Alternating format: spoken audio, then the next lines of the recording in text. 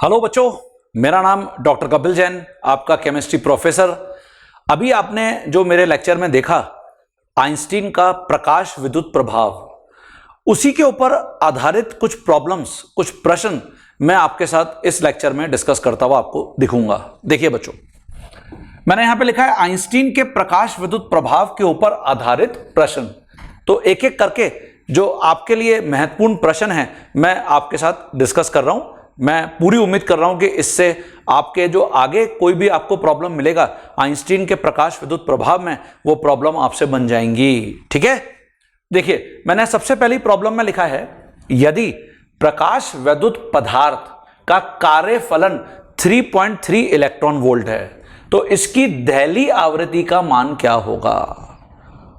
दहली आवृत्ति मतलब threshold frequency, और ऑप्शंस आपको यहां पर दे रखे हैं। तो देखिए सबसे पहले दिया क्या गया है, तो दिया गया है, क्या दिया गया है आपको, प्रकाश विद्युत पदार्थ, पदार्थ मतलब कोई भी एक धातु हो सकता है जो प्रकाशीय इलेक्ट्रॉन को उत्सर्जित करता है, जिसके लिए आपको कार्यफलन यहां पर दे रखा है उस पदार्थ का। तो कार्यफलन का मान है 3.3 इलेक्ट्रॉन वोल्ट। इलेक्ट्रॉन वोल्ट जैसा कि हमको पहले ही पता है, अगर मैं इसको जूल में लिखना चाहूंगा तो एक इलेक्ट्रॉन जो वोल्ट होता है, एक इलेक्ट्रॉन वोल्ट 1.6 इंटू 10 की पावर माइनस 19 जूल होता है। तो ये 3.3 इंटू 1.6 इंटू 10 की पावर माइनस 19 जूल हो जाएगा।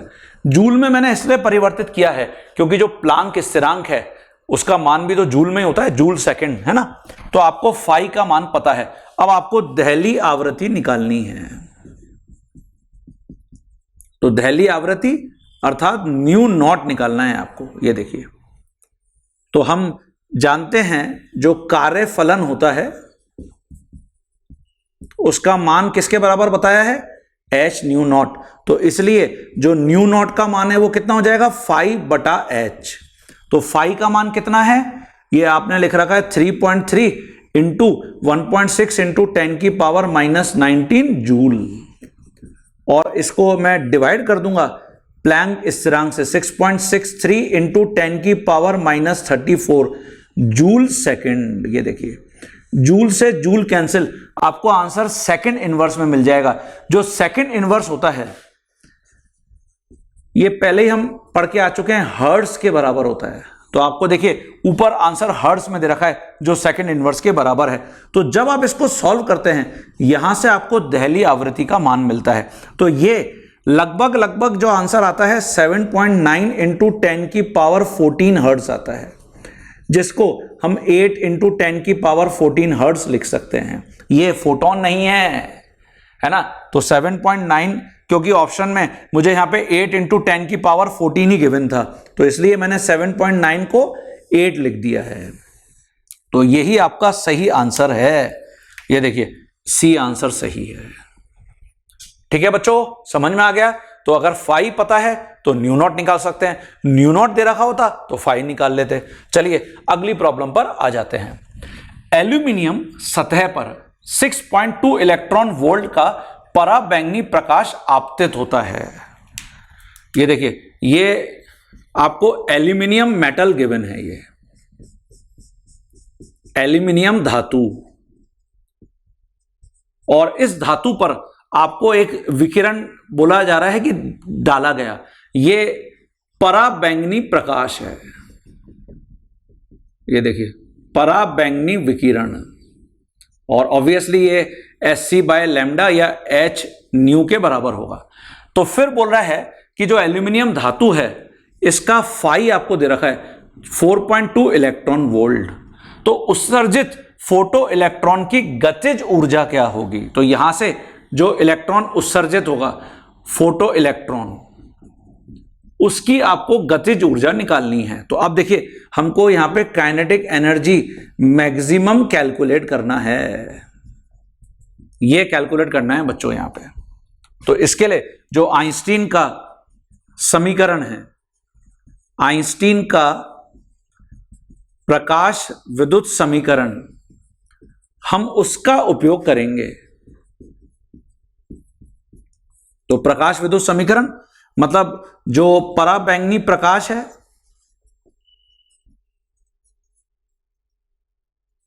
ये जो ऊर्जा है ये फाई जो एल्यूमिनियम है यहां पे, और प्लस गतिज ऊर्जा अधिकतम मतलब मैक्सिमम के बराबर होगा। और हमको यहां पे कैलकुलेट करना है काइनेटिक एनर्जी मैक्सिमम, अधिकतम गतिज ऊर्जा, इसका मान बराबर हो जाएगा ई पराबैंगनी माइनस फाई मतलब कार्यफलन एल्यूमिनियम का। तो आपको क्या ई पराबैंगनी दे रखा है? हाँ देखिए, ई पराबैंगनी आपको दे रखा है ऑलरेडी, इसकी ऊर्जा 6.2 इलेक्ट्रॉन वोल्ट, ये देखिए, और माइनस जो एल्यूमिनियम है उसका आपको फाई दे रखा है, हाँ ये 4.2 इलेक्ट्रॉन वोल्ट। तो आप सीधे सीधे 6.2 में से 4.2 को घटा देंगे, दोनों ऊर्जाएं हैं, तो कितना माना जाएगा? 2 इलेक्ट्रॉन वोल्ट, ये देखिए। तो ये मैक्सिमम काइनेटिक एनर्जी आ गई। लेकिन आंसर तो आप देख रहे हैं कि ऐसा कुछ दिख रहा है, तो एग्जामिनर ने क्या किया होगा, जो इलेक्ट्रॉन वोल्ट है ये देखिए, उसको कन्वर्ट कर दिया होगा जूल में। तो 2 को अगर मैं जूल में लिखना चाहता हूं तो 1.6 इंटू 10 की पावर माइनस 19 से गुणा कर देता हूं, मल्टीप्लाई कर देता हूं। तो अब जो आपको आंसर मिलेगा बच्चों वही सही आंसर होगा। तो देखिए 10 की घात माइनस 19 ये दिख रहा है, और 1.6 को 2 से मल्टीप्लाई करोगे तो मतलब बी ही सही आंसर दिख रहा है, ये देखिए। अरे समझ में आ गया? तो इस प्रकार की प्रॉब्लम आपको एग्जाम में देखने को मिलती है। कुछ और प्रॉब्लम को ऐड करते हैं, पहले ये लिख लीजिए। हाँ बच्चों देखिए, नेक्स्ट प्रॉब्लम को मैं आपके साथ यहां पे डिस्कस करता हूं, और मुझे लगता है कि अगर अब आपको कॉन्फिडेंस आ रहा है तो आप पहले वीडियो को पॉज करके सबसे पहले खुद प्रॉब्लम को बना के देख सकते हैं। जैसे प्रॉब्लम पहले सुन लेते हैं। एक धातु की दहली आवृत्ति 4 इंटू 10 की पावर 14 सेकेंड इनवर्स है। दहली आवृत्ति आपको दे रखी है, तो प्रकाश विद्युत प्रभाव होने के लिए न्यूनतम ऊर्जा का मान ज्ञात करो। प्रकाश विद्युत प्रभाव अगर आपको होना है, यहां पे करवाना है, तो इसके लिए न्यूनतम ऊर्जा का मान। तो ये जो न्यूनतम ऊर्जा है इसका क्या मतलब है? प्रकाश विद्युत प्रभाव होने के लिए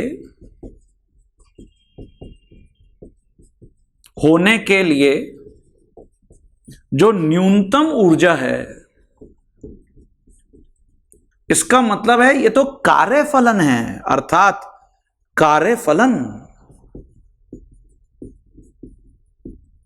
ये देखिए कार्यफलन, न्यूनतम ऊर्जा, भाई कार्यफलन भी तो ऊर्जा ही होती है, तो आपको तो कार्यफलन निकालना है बच्चों, और इसका मान है एच न्यू नॉट के बराबर, ये देखिए। और आपको दिया गया है जो न्यू नॉट है दहली आवृत्ति, उसका मान इतना दे रखा है 4 इंटू 10 की पावर 14 सेकेंड इनवर्स। तो फिर क्या फाई का मान निकाला जा सकता है क्या? हाँ, तो देखिए यहां पे जो फाई होगा वो कितना होगा, वो ये हो जाएगा एच न्यू नॉट, एच का मान है 6.63 इंटू 10 की पावर माइनस 34 जूल सेकेंड, और जो न्यू नॉट है उसका मान है 4 इंटू 10 की पावर 14 सेकेंड इनवर्स। तो देखिए सेकेंड से सेकेंड इनवर्स कैंसिल, आंसर आपको जूल में मिल जाएगा 6.63 इंटू 4 और इंटू 10 की पावर माइनस 34 और ये 14, मतलब 10 की पावर माइनस 20 जूल। ठीक है, अब ऑब्वियसली जब आप इसको सॉल्व करोगे तो आप देखोगे आपको जो रिजल्ट मिलेगा वो 2.64 इंटू 10 की घात ये माइनस 20 से माइनस 19 हो जाएगा ये। तो ये आपने क्या निकाल लिया? फाई। क्या है ये? कार्यफलन।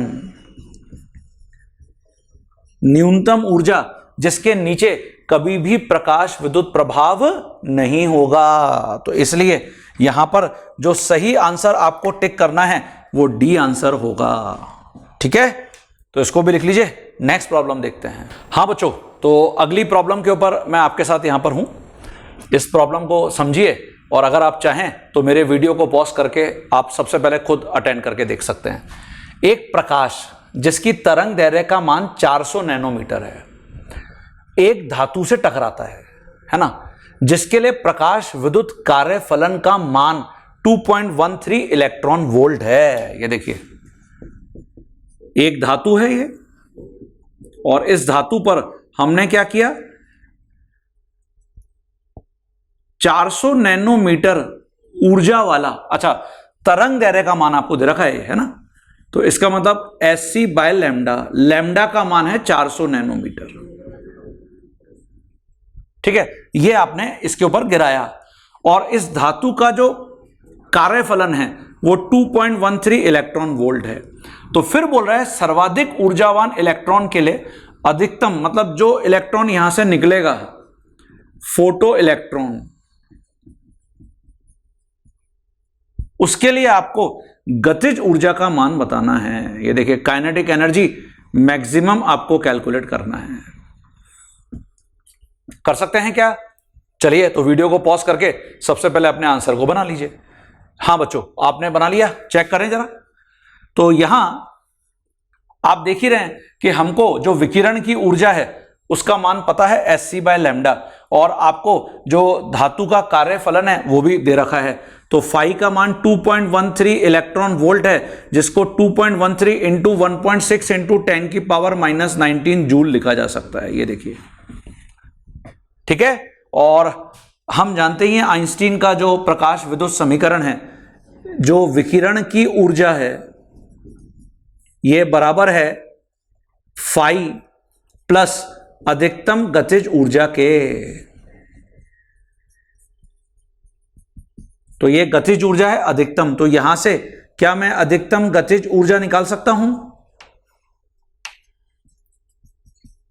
हां, तो ये अधिकतम गतिज ऊर्जा कितनी हो जाएगी? ये हो जाएगी ई विकिरण माइनस फाई के। ये देखिए, और ई विकिरण हमको दे रखा है Sc बाय लैम्डा, लैम्डा का मान 400 इंटू 10 की पावर माइनस 9 मीटर, माइनस ये देखिए फाई का मान हमने जूल में लिख लिया है 2.13 इंटू 1.6 इंटू 10 की पावर माइनस 19 जूल। H और C का मान जब आप यहां पे रखोगे तो आपको ये भी जूल में आंसर मिलेगा। जूल में से जूल वाली वैल्यू को घटाना है, तो इससे आप देखोगे कि आपका जो आंसर आएगा 1.56 इंटू 10 की पावर माइनस 19 जूल आएगा। ये देखिए, तो कहां दे रखा है ये आंसर? ये आंसर आपको आंसर की में बी में दे रखा है। ये देखिए, ये तो बी यहां पर सही आंसर है बच्चों। ठीक है, तो इसको भी नोट कर लीजिए। हाँ बच्चों, तो देखिए अगली प्रॉब्लम को आपके साथ यहां पर मैं डिस्कस करता हूं। तो अब मुझे लगता है कि आपको समझ में आने लग गया है कि कैसे हम आइंस्टीन के प्रकाश विद्युतीय प्रभाव को विभिन्न प्रकार की प्रॉब्लम्स जो आपको देखने को मिल सकती हैं वो आप आसानी से बना पाएंगे। ठीक है, चलिए इस प्रॉब्लम को आप भी ट्राई करना। फिर जहां पे लिखा हुआ है, जब 2 इंटू 10 की पावर 14 सेकेंड इनवर्स आवृत्ति वाला विकिरण धातु पर गिराया जाता है तो निकलने वाले फोटो इलेक्ट्रॉनों की अधिकतम गतिज ऊर्जा 6.63 इंटू 10 की पावर माइनस 20 जूल होती है। तो धातु की दहली आवृत्ति बताओ। तो आपके लिए ऑप्शंस भी यहां पर मैंने दे दिए हैं, आप वीडियो को पॉज करके सबसे पहले अपने आंसर को प्रेडिक्ट कर लो। ठीक है बच्चों, आपने बना लिया? तो चेक करते हैं आपने अपना आंसर क्या बनाया। आपको क्या निकालना है और क्या दे रखा है? तो देखिए, दिया गया है जो विकिरण है उसकी आवृत्ति दे रखी है 2 इंटू 10 की पावर 14 सेकेंड इनवर्स, और जो इलेक्ट्रॉन निकला उसकी अधिकतम गतिज ऊर्जा दे रखी है। तो अधिकतम गतिज ऊर्जा का मान है 6.63 इंटू 10 की पावर माइनस 20 जूल। ठीक है, और आपको निकालना क्या है? दहली आवृत्ति। ये दहली आवृत्ति निकालनी है धातु की, माने न्यू नॉट निकालना है, ये आपको निकालना है। तो आपको मैंने बताया था कि जो फोटो इलेक्ट्रिक इफेक्ट का समीकरण है उसमें अपन ऐसे लिख सकते हैं, देखिए H new is equal to H new not और प्लस अधिकतम गतिज ऊर्जा।